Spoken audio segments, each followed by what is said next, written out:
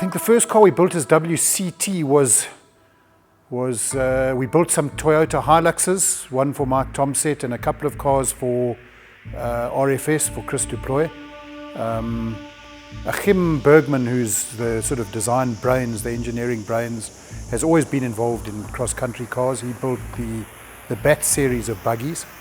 Then we built the four-wheel drive Class A Revo for Motorride, for Evan Hutchison, which Evan and Achim won the championship in. So it's always been a big part of what we do. Yeah, I guess, we started out in 2007. Our first sort of commission was to run a rally car, a Toyota Runx A7 for Mark Cronier and Chris Birkin. So that was a really good start. And we've grown from there. And then, we sort of really found our feet running Mark Cronier and Robin Houghton in S2000 Ford Fiesta rally cars. We had, I think, a 5-year run with them, which was fantastic.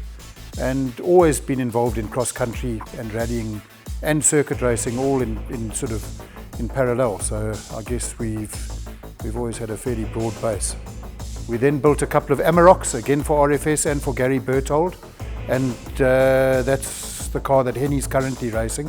So that was a car that we built for RFS that Henny took over, fairly shortly after it was built. It's the car that he won the Rookie of the Year at Dakar in. And after the Amaroks, we went back to Toyotas and have built a few Hiluxes since then, which is what we're currently busy with. We essentially built a few cars on the same platform, being a Class T Hilux, the Amaroks, and we built some Renault Dusters for Renault South America that raced in the Dakar quite successfully. So that was all on the same sort of platform. Since then, we've moved to the sort of T1 class, which is a independent rear suspension car. Yeah, there's been quite a rule revision primarily around a bigger wheel and tyre. It's gone from a 16-inch to a 17-inch wheel and up to a 37-inch tyre, which is a massive increase in tyre size. It's a car that we're currently developing for Henny. It's a sort of a logical development of our T1 car, but in saying that, it's been a lot more difficult than we initially envisaged, and I guess hence the fairly long lead time on the project. But it involves the bigger wheels and tyres. It's a wider track car. It's got more suspension travel, so it's been a fairly major rethink of what we had already.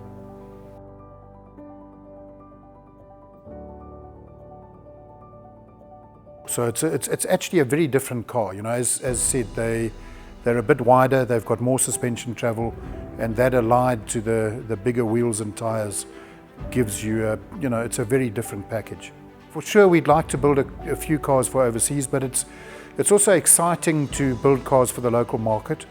Someone like Henny with his TreasuryONE team is a great customer, and he's been a long-term sort of customer, and I guess has become a bit of a friend and an ally. So it's certainly nice to be able to build a car for him, and there's some synergy with him moving from his current Amarok to a T1 Plus from us. So it's great to be working with him. We work very well with Tjaart, who runs the car, and I guess it's just a really nice fit to be able to do it.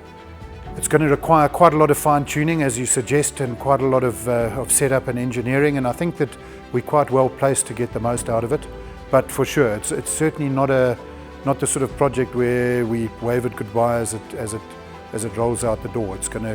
We'll work closely with Henny and Adrian and Tjaart to make sure the car works properly. Yeah, so since you last saw the car, which was, I think it was still on the chassis jig, it's now in sort of final assembly, which essentially means that all the components are made, all the fabricated parts, the machine parts are all coming together. Tjaart van der Walt is handling the assembly, and it's coming together very well. I guess with a build like this, it's the first of its kind, and there are always a few hiccups, but I think all in all it's coming together quite well. There haven't been too many delays or too many unexpected challenges, and as said earlier, it's now in the final assembly phase, and I think that within the next couple of weeks we should have something that's very close to a running car. So the car is built to the new T1 Plus FIA regulations. For us, it's a logical development of our previous T1 car, which has been run competitively and has done a lot of mileage both in South Africa, Europe, Brazil. So it's quite a tried and tested package. Essentially, we're carrying over all the drivetrain from the T1 car.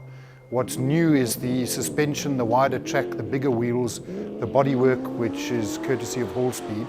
So yeah, it's a mix of the old and new. The drivetrain, as mentioned, is tried and tested.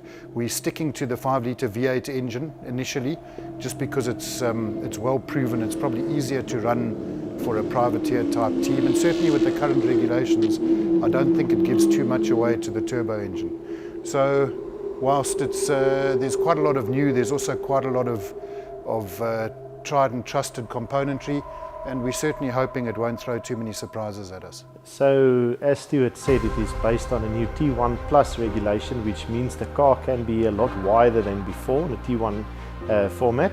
So essentially we moved from a 16-inch 32-inch tyre to a 17-inch 37-inch tyre, which means we've got a lot more wheel.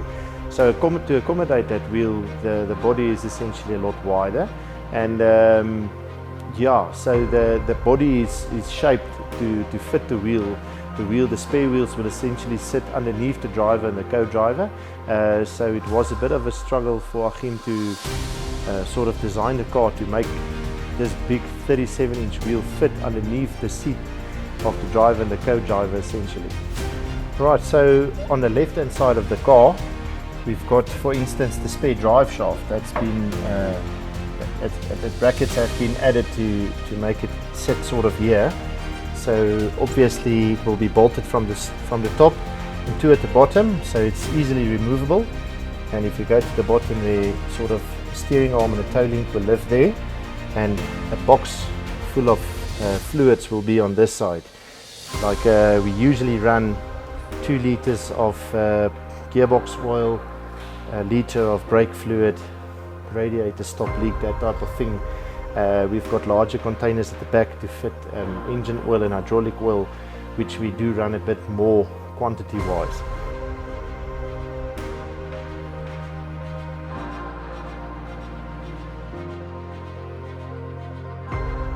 I'm pleased to say that it's finally finished. There's been quite a bit of testing that's happened already. The car's now with Tjaart and Henny's TreasuryONE team. I think their current plans are to go and compete in South Africa, both in regional and national level, just to be completely up to speed for the Dakar, which I think is their big international event end of the year, early next year.